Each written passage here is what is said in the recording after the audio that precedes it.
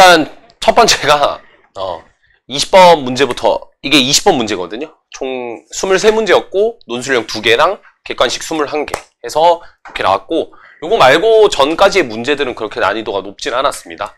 20번, 21번 문제가 그나마 난이도가 높은 건데 또 사실은 그렇게까지 해석하기가 어려운가? 라고 싶은 문제였고 요 20번 문제가 여러분들로 따지면 지금 1번이겠죠?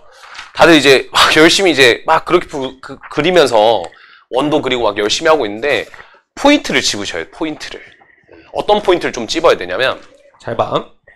일단 지금 요 직선이랑 요 직선이랑 수직관계 있는 건 알겠죠? 수직관계 있는데 수직관계 있으니까 뭔가 이유가 있지 않을까? 라는 생각하는 것까지는 좋아요. 근데 여기에 이제 동시에 접하는 원의 중심이래요. 그러니까 포인트를 잡자고. 우리가 지금 구해야 될 게 무엇인가를 좀 먼저 살펴보고 그럼 내가 지금 원의 중심을 또 찾아야 되겠네요.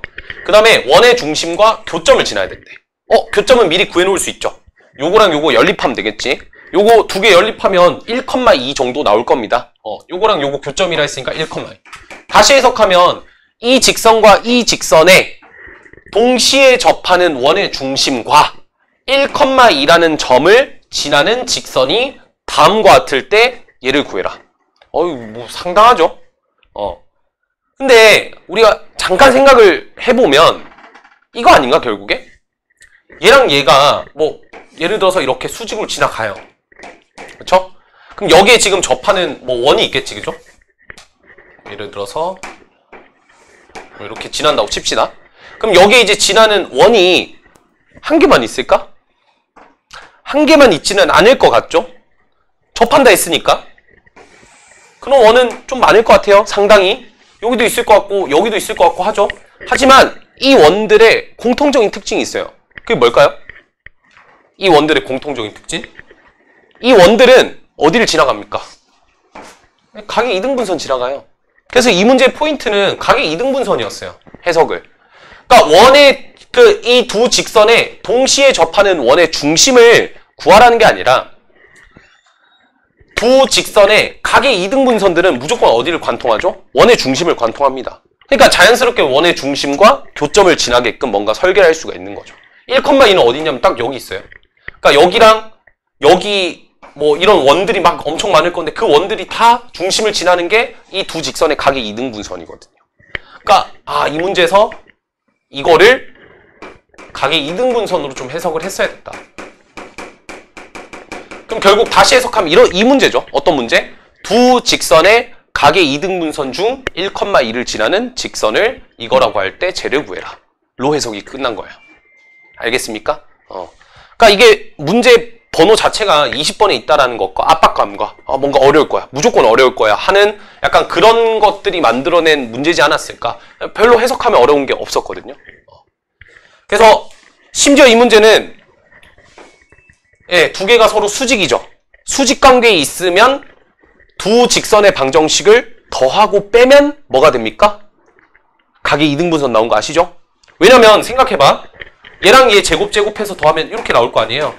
앞에 봐. 이렇게 나올 거 아니야. 그럼 어차피 이게 똑같아서 사라진단 말이야. 그럼 얘랑 얘가 같다란 거고 얘랑 얘랑 같다란 거는 두 개 완전 똑같거나 아니면 두 개가 부호만 반대거나. 알겠지? 그래가지고 두 개를 더하고 뺐을 때 0이다를 쓰시면 되고 두 개 더하시면 3x 플러스 y 마이너스 5는 0이라는 직선 하나 나오고요. 두 번째는 두 개를 빼면 되니까 마이너스 x 플러스 3y 그 다음에 마이너스 5는 0 이렇게 두 개가 나오겠죠? 두 직선이 나올 수밖에 없는 이유는 1,2가 교점이기 때문입니다. 됐죠? 오케이. 그럼 여기서 뭐가 얘냐라고 했거든요. 뭐가 얘냐. 근데 둘 중에 하나를 고르는 게 아니라 둘 다 똑같은 값 나올 거예요. A, B라고 했기 때문에. 그래서 A가 3이고 B가 1이면 두 개를 곱하면 3이거든요. A가 마 1이고 B가 3이면 두 개 곱하면 마 3이거든요. 절대값이 어차피 똑같겠죠. C제곱은요. 마이너스 5 제곱하면 25, 마이너스 5 제곱하면 25. 그래서 정답은 25분의 3. 이렇게 답입니다. 됐죠? 이 문제를 통해서 약간 교훈을 주고 싶은 부분들은 뭐냐면 너무 어렵게 생각할 필요는 없다. 알겠죠? 주어진 조건들을 해석할 때 특히나 이걸 계속 머릿속에 생각을 해줘야 돼요. 어떤 직선을 각을 2등분하는 요 직선들 있죠? 요 직선은 이 직선에 접하는 원의 중심을 관통할 수밖에 없습니다. 알겠죠? 뭐 기울기를 줄이면 계속 이렇게 만들어 나갈 수 있겠죠? 그러니까 이 성질, 이 개념을 좀 알고 있으면 이 문제를 딱 보자마자 그냥 각의 2등분선이 1,2를 지나는 걸 찾으면 되겠네? 요걸로 해석이 되는 거고요. 아니면 뭔가 식이 막 엄청 복잡해지면서 좀 약간 돌아갈 수도 있다 라는 아주 좋은 교훈을 심어주는 문제겠죠? 그렇죠? 그 다음 자, 마무리 요 문제 21번을 같이 보도록 합시다. 우리한테는 2번이에요. 자, 요거는 뭔가 되게 복잡하게 생겼는데 결국 디귿을 해석하면 되거든요. 해결하면. 기역과 니은을 둘 다 이제 좀 볼 건데 이런 문제를 풀 때는 일단 첫 번째 기역, 니은, 디귿 문제 들어가기 전에 주어진 조건을 먼저 해석하는 게 첫 번째입니다. 근데 주어진 조건 좀 잘 해석해 보니까 그림상으로 그렸을 때 요런 그림이거든요. 딱. 그쵸? 그러면 저가 딱 느낀 게 두 가지가 딱 나옵니다. 어떤 게 나오냐? 첫 번째. xn, yn이 원 위의 점이잖아요. 그쵸? 여기서의 접선을 구하라 했으니까 xn, x 플러스 yn, y는 4다. 일단 접선 공식을 먼저 쓸 수가 있겠죠. 그 다음에 이 친구가 어디를 지나가고 있죠? n, 0을 지나가고 있으니까 대입하면 성립해야 되겠죠. 자, 그러니까 이제 여기다가 n, 0을 대입하면 뭐가 됩니까? n 곱하기 xn은 4가 되니까 이 식을 통해서 xn이 n분의 4구나 라는 걸 알 수가 있는 거죠. 그래서 기억이 일단 자연스럽게 틀렸다라는 걸 볼 수가 있습니다. 됐죠? 하나의 식을 더 얻을 수가 있는데 두 번째 식은 뭐냐면 xn이 요거잖아요. 그럼 yn도 구할 수가 있거든요. yn을 왜 구할 수 있냐? 대입을 해봐도 좋아요. 근데 가장 좋은 거는 이제 뭐 여기가 x제곱 더하기 y제곱은 4 위의 점이잖아요. 그래서 xn을 대입했을 때 그때 y값이 yn이 되겠죠. 그래서 실제로 yn은 xn제곱 더하기 yn제곱은 4니까 yn제곱은 4 빼기 xn의 제곱이 되니까 y의 n값은 루트의 4-xn의 제곱. 원래는 풀만 붙여야 되는데 xn과 yn 둘 다 1사분면 위에 있다라고 나와있기 때문에 다 양수로 지금 계산하고 있는 겁니다. 그럼 xn과 yn을 다 구한 거예요. 가봅시다. 자, 니은. 직방을 구하기 위해서는 우리가 이 직방을 활용하면 되죠. 얘를 구하려면 xn과 yn을 알면 돼요. 근데 n이 4라 했잖아요. 그래서 니은에서 x4라고 하는 값은 1이 되고요. y4라고 하는 값은 1 넣으면 3이 되겠죠. 루트 3. 그래서 1과 루트 3을 여기다 집어넣어주면 x 플러스 루트 3y 마이너스 4는 0이니까 니은이 맞다. 까지 나오는 거죠. 그쵸? 그 다음 마지막 이제 디귿을 보셔야 되죠. y3, y4, y5를 다 곱하라 했으니까 여기다가 이제 그냥 3, 4, 5를 다 넣어서 계산하면 되고 그럼 x3랑 x4랑 이거 다 찾아야 되겠죠. 막 계산하면 되는데 귀찮잖아 솔직히. 그래서 조금 다른 방식으로 제가 설명을 해드릴게요.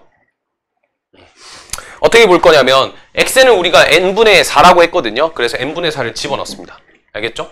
그럼 여기 식은 루트에 4 마이너스 n제곱분의 16이 되겠죠? 4를 밖으로 뺄 수가 있거든요. 4를 밖으로 뺄 겁니다. 4를 밖으로 빼면 얘는 밖으로 빠지면서 2가 될 겁니다. 2 곱하기 루트에 1 마이너스 n제곱분의 4 이런 식으로 바꿔도 되겠죠? 맞죠?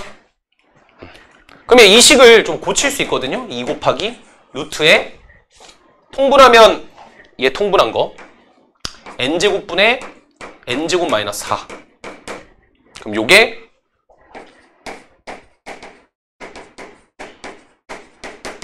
네, 요렇게 인수분해까지 가능합니다. n제곱분의 n제곱 마이너스 4를 n분의 요렇게로. 그럼 규칙성이 발견되죠? 두 칸 차이 나게끔 뭔가 세팅이 되고 실제로 3, 4, 5를 대입해봅시다. 마지막 여기다가 3, 4, 5를 대입할게요. y3랑 y4랑 y5를 다 곱한 값은 3, 4, 5를 각각 여기 집어넣어서 다 곱하면 되겠죠? 그러면 앞에 2가 곱해져 있을 거고 그 다음 2가 요렇게 곱해져서 3분의 얼마를 만들 거냐면 3분의 1 곱하기 3분의 5겠죠? 곱하기 y4는요 2 곱하기 4를 집어넣으면 4분의 2 4분의 6이겠죠? 곱하기 2 곱하기 여기 다 보이지? 5를 집어넣으면 5분의 3 5분의 7이 되는 거죠. 맞죠? 그럼 약분되는 것들끼리가 눈에 보일 거고 약분 시켜놓읍시다.